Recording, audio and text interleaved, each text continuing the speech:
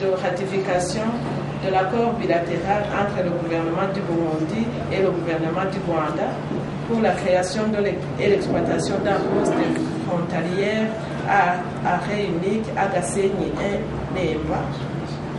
Il y a aussi la mise à jour du tarif extérieur commun de l'EAC, version 2012, et la transposition de ce dernier dans la version en vigueur du système Sidonia++. Il y a le traitement de 571 dossiers de demande d'exonération qui a été introduit et dont 563 ont été traités favorablement et 8 rejetés pour absence de base légale, et des descentes sur terrain ont été organisées pour le suivi de ces exonérations. Et maintenant, c'est le tour de l'Agence burundaise de promotion des investissements, API, dont les principales activités réalisées sont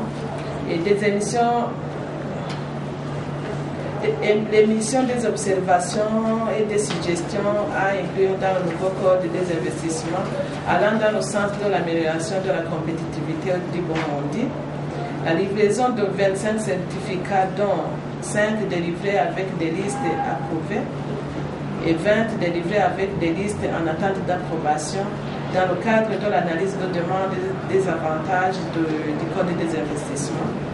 Il y a la sélection et l'opérationnalisation des bureaux de contre-expertise. Il y a l'implantation d'une base de données pour la gestion des dossiers de demande des avantages du Code des investissements. Il y a aussi la mise en place du cadre légal du guichet unique de création d'entreprise. Il y a le renforcement du guichet unique incluant une autre institution supplémentaire qui est l'inspection du travail.